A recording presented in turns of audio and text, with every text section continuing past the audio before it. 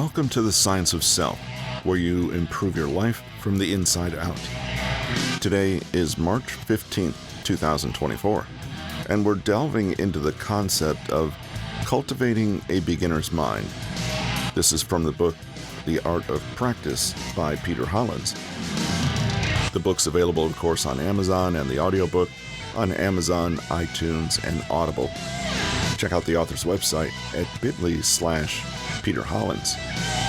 Thanks for joining us today, and let's get right to it.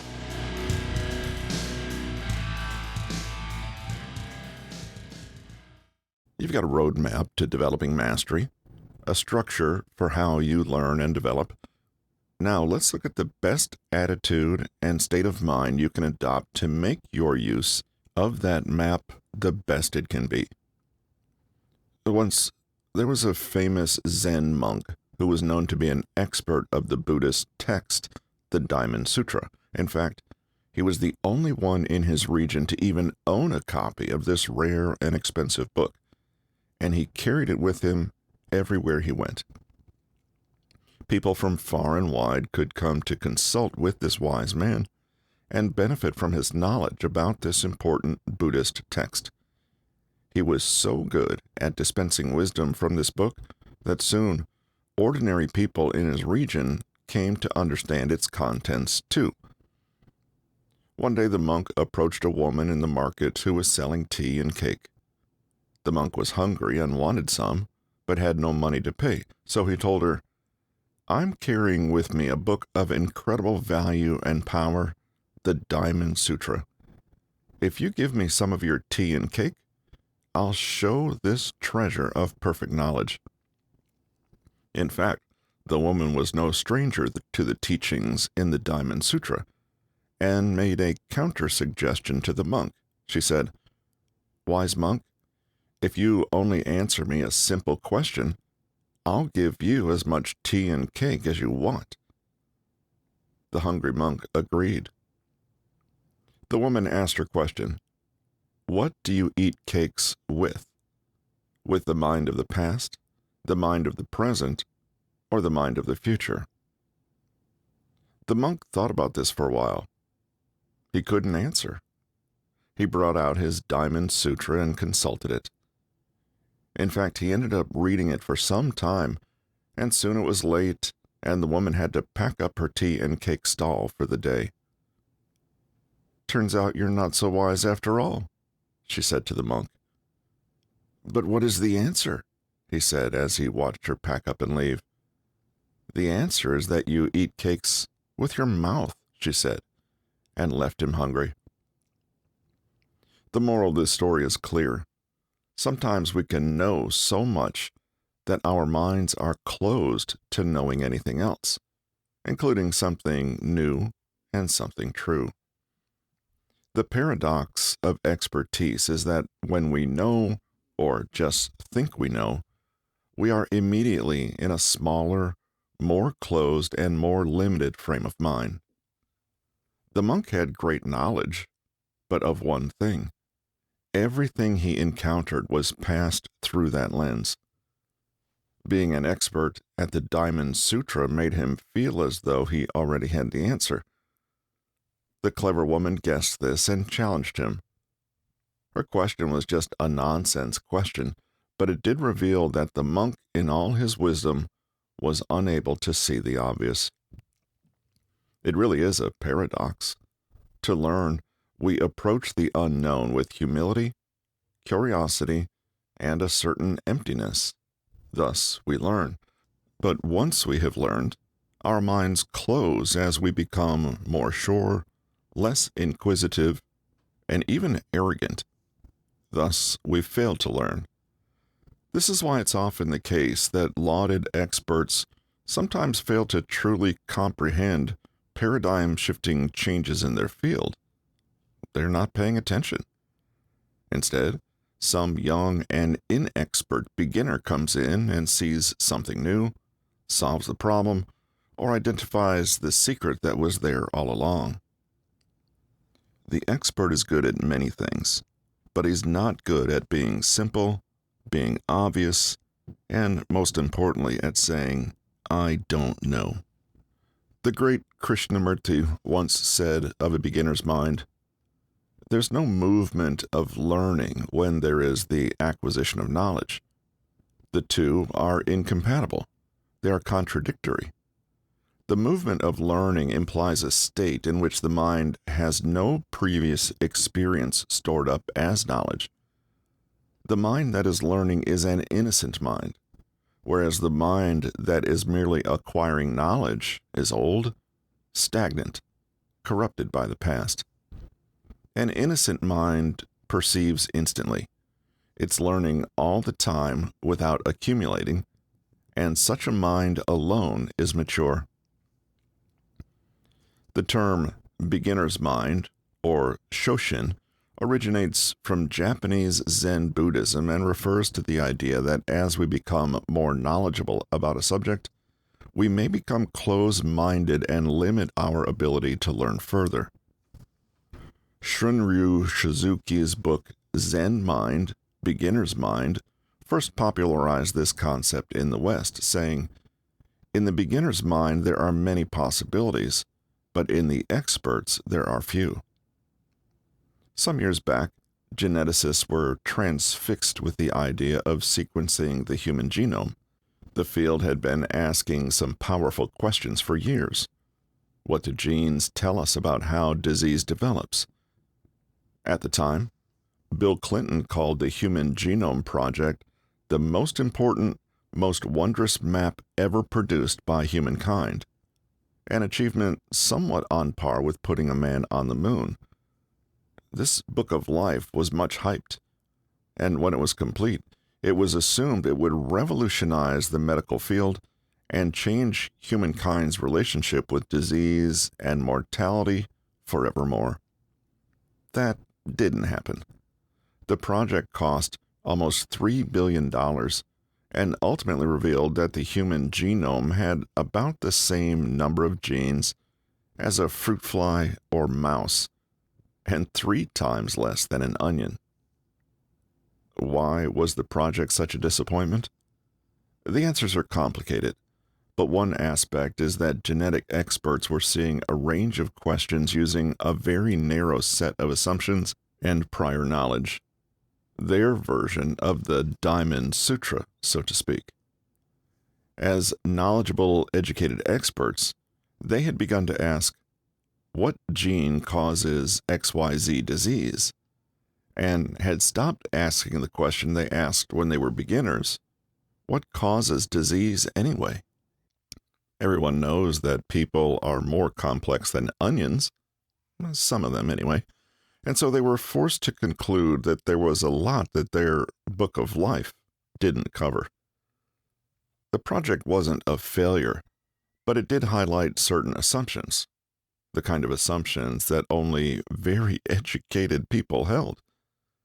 Today, biologists are beginning to concede that the development of disease is complex and down to many interacting variables, genetics being just one of them. Of course, any woman selling cake in a market could have told them that in the first place. Embracing a beginner's mind involves more than just being open-minded. It's a total stance of receptivity, curiosity, ambiguity, even playfulness. It's having a fundamental respect for reality as it is, before and outside of what you have already decided about it. It is a recognition that, paradoxically, knowledge comes from the willingness to embrace total ignorance, or that too much knowing can actually make a person profoundly unwise. Developing a beginner's mind means letting go of preconceived notions and expectations about outcomes, which reduces the risk of stress and disappointment as a nice side effect.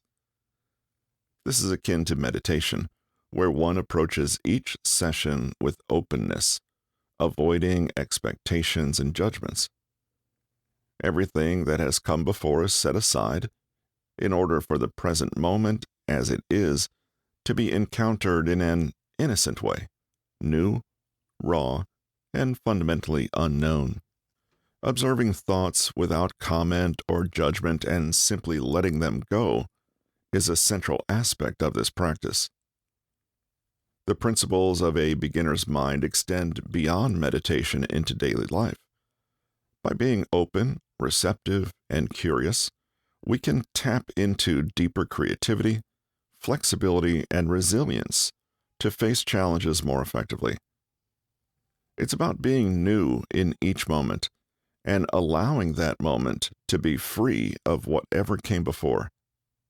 It's the place where learning becomes inevitable. Here's how a beginner's mind can help you in your practice. Don't assume. Sometimes you grasp an idea or concept on an intellectual level, and so you content yourself with the feeling that you know it. But do you really?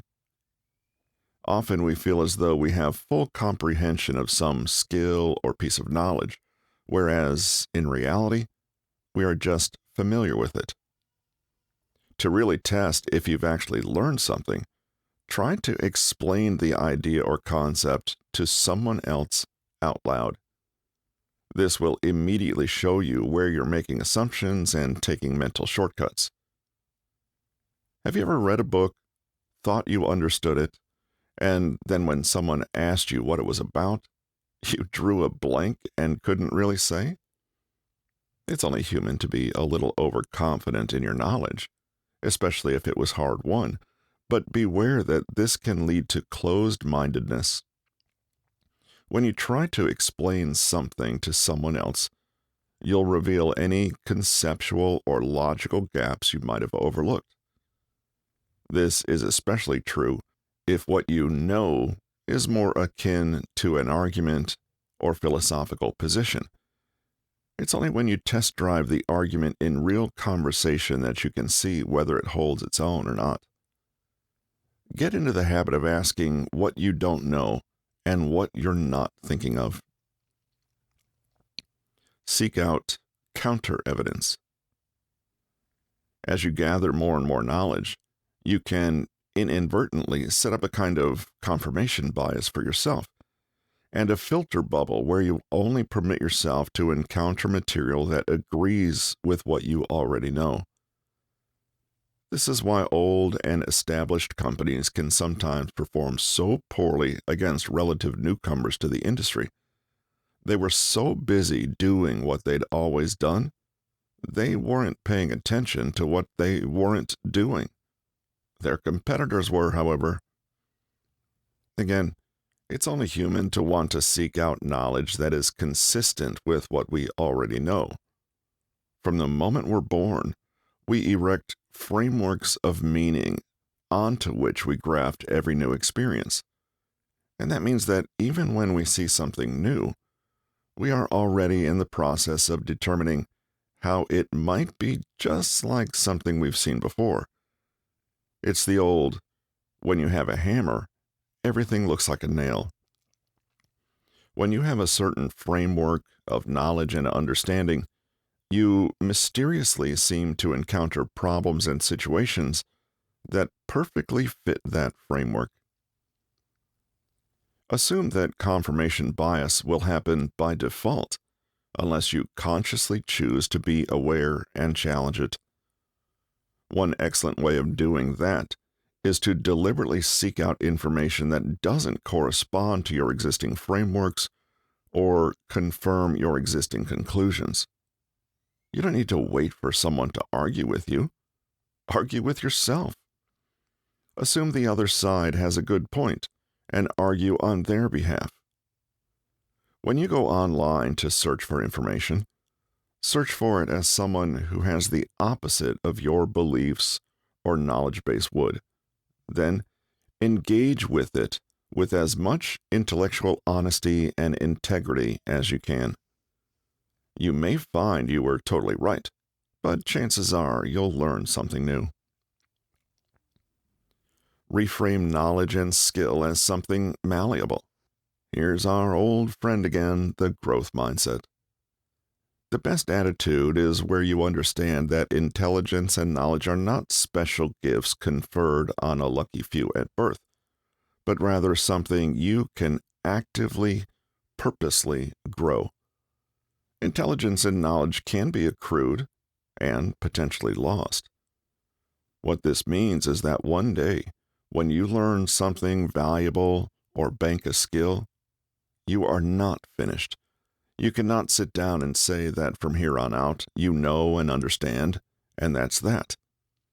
If you do so, you shut yourself off from the true source of growth and learning.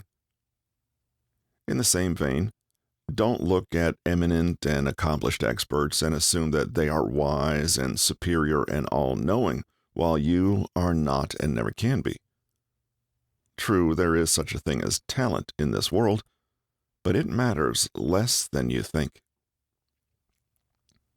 Invite awe. Little children know nothing, and the world is beautiful for them. They are astonished by everything. Any event is a source of wonder and amazement for them, and any path of exploration is taken to be as worthy as any other. They are playful, curious, and unassuming. They do not grab hold of knowledge and understanding as something they own. They are simply awash in the wonder of being alive in this incredible universe. And their joy is what's in the front of their mind, not their pride or vanity at having figured something out. There's a reason the old professor archetype is usually someone who is jaded and cynical. This dry, tired person has seen it all and is singularly unimpressed. You show them a beautiful flower and they say, "Ah, yes, Campanula rotundifolia, very common." Instead, cultivate awe, which is a kind of respectful humility in the face of the grandeur of nature. Seek out and immerse yourself in wonder, and not in the smugness that comes with believing you found some conceptual container to keep that wonder in. Gaze up at the night sky. Listen to stirring music that makes language look about 1,000 times too small, or simply play. There are so many things to learn. Don't allow most of them to be hidden from you because you were convinced you'd already mastered the curriculum. Away from versus toward motivation. Naturally, you reach a point at which playing peters out, and you're no longer, shall we say, in awe of your daily practice session. Frankly, you're facing a session that proves to be a bit of a grind. What now? A beginner's mind is great, but it's not enough on its own. You also need, drumroll, motivation. But motivation is one of those words most of us use without really understanding what we're talking about. People say, follow your passion, but they also say, just do it. Which is the right way? There are two main types of motivation: away from motivation and toward motivation. Away from motivation involves avoiding something undesirable, while toward motivation revolves around striving toward a goal.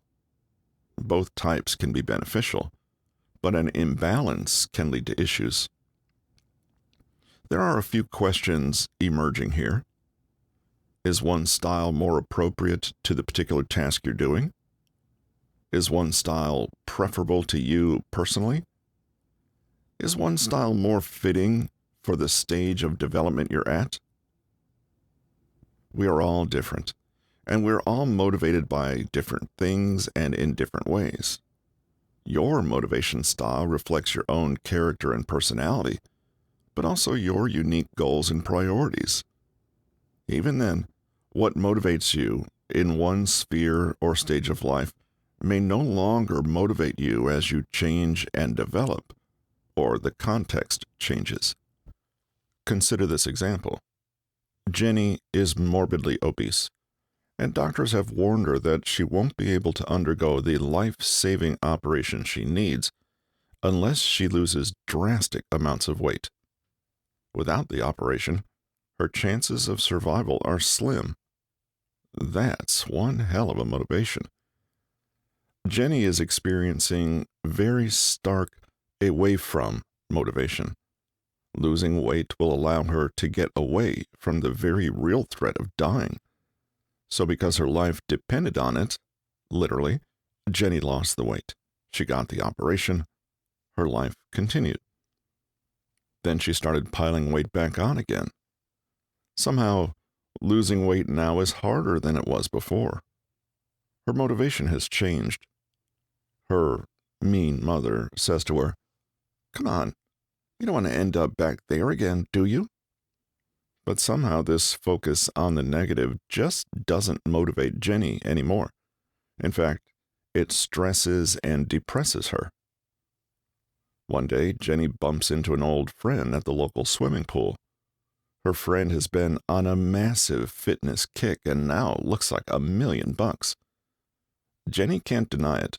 She's jealous. All at once, she finds herself with a new goal. I want to look that good. The very next day, she signs up at a gym, something she never thought she would do. Now, this is not to say that either of Jenny's motivations are good or bad. Rather, what works is liable to change over time. If we want to be effective, we have to notice what works for us and why. Toward motivation focuses on positive aspirations, like looking smoking hot in a bikini. It would be a mistake to think that this is a better form of motivation, however. It's not. Whether you avoid something you don't want or move toward something you do is irrelevant if, ultimately, you're motivating yourself in the way you want to be motivated. Humans are generally more motivated to move away from negative outcomes than toward positive ones. This fear of loss often leads to conservative decision-making and a preference for maintaining the status quo rather than taking risks to advance. There's nothing really wrong with acting to avoid an unwanted future outcome, and it's an appropriate motivation when it comes to something like using contraception or taking out travel insurance. Plus, before they learn to regulate themselves and act with enough foresight in the future, the only way their parents can get them to do something is to use this kind of motivation. However, the only thing this type of motivation can do for you is help you avoid that outcome. That's it. In saying what you don't want, you are no closer to identifying or moving toward what you do want. Jenny was motivated to lose enough weight so she could get her operation, but no more than that. The doctors didn't tell her she needed to be a fitness model, only that she needed to drop enough weight so that the surgery wouldn't be too risky. That's the problem with this kind of motivation.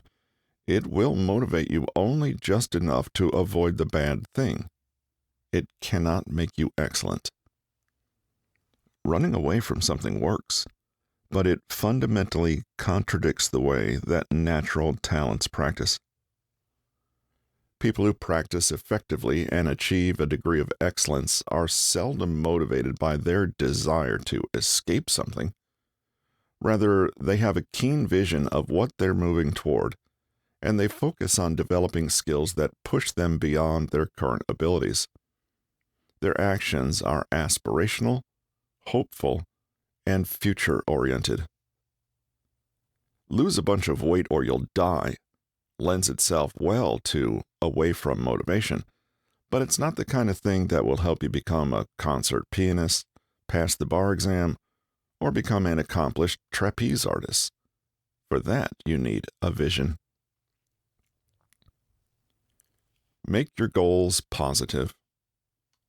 Not positive in content, but grammatically positive, i.e., don't state what you don't want, state what you do want. What are you building, striving for, wanting? When setting great goals, use positive, toward wording instead of negative away from wording. For example, instead of saying your goal is to not mess up my speech, reframe it to deliver my speech with confidence. Sometimes your goals may naturally be more focused on specific problems you have in life, but even still, try not to focus on the problem and how much you don't like it, but on the alternative situation you're trying to create. Mix it up. Use both forms of motivation in how you achieve your goal. A little stick, a little carrot. Away from motivation can serve as an initial catalyst for action, initiating the journey toward the goal. However, to maintain momentum and prevent stagnation, a strong toward motivation may come in handy. Likewise, you might use a future positive orientation to identify the long-range goals you want, but use more away from motivation in the day-to-day. For example, you ultimately want to pass the bar exam because you have ambitions for your career and the work you want to do in the world, but day-to-day, you might work through your to-do list with nothing more to motivate you than the fact that your partner will hassle you if you don't, or you'll feel guilty if you procrastinate. There may be 1 or 2 course modules you hate, and even though they're not really necessary, you have no choice but to do them. They're part of your broader goal. But the real reason you do them is basically because that broader goal is essentially held hostage. Pass these boring modules, or else you'll jeopardize the thing you really care about. Another example? Well, you may be genuinely motivated to build a new business, but that doesn't mean you really care about, say, setting up your taxes or hiring an accountant. You'll do it, but to be honest, your motivation is mostly wanting to avoid getting in trouble. Set interim goals. Break down your main goal into smaller, manageable interim goals. Each step toward the goal provides a sense of accomplishment and positive reinforcement. Setting interim goals helps maintain motivation and prevents becoming overwhelmed by the larger end goal. To really make the concept of interim goals work for you, however, you have to think of each mini goal in terms of motivation. Deliberately pause after each advance you make and do 2 things. 1. Zoom out and check to see how far you've come, where you are now on your map, and whether you need to make any adjustments. 2. Celebrate. Really notice that you have moved 1 notch further to what you want, or even 1 notch further away from what you don't want, and let that sink in. Sometimes the idea of baby steps can feel intimidating. It's hard enough having 1 goal. Now you're asking me to have 12? One important part of using interim goals, however, is to cut down on overwhelm and bootstrap your motivation onto a goal that's a little closer and easier to see. Use broad vision to map out a path, then put your head down and tackle those tasks one at a time. When you're doing a task, all you have to do is think about that task. That's all. Nothing else. You don't have to think about the next task in line or the one after that, just this one. When you've completed it, pause to check where you are, adjust if necessary, celebrate, then dive back in and do the next task. This way, you'll get the best of both. A big picture vision to keep you going, but also a small enough vision to stop you from getting overwhelmed.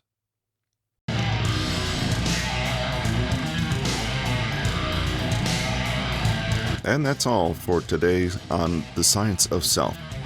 Remember, a beginner's mind allows you to approach challenges and experiences with a fresh curiosity.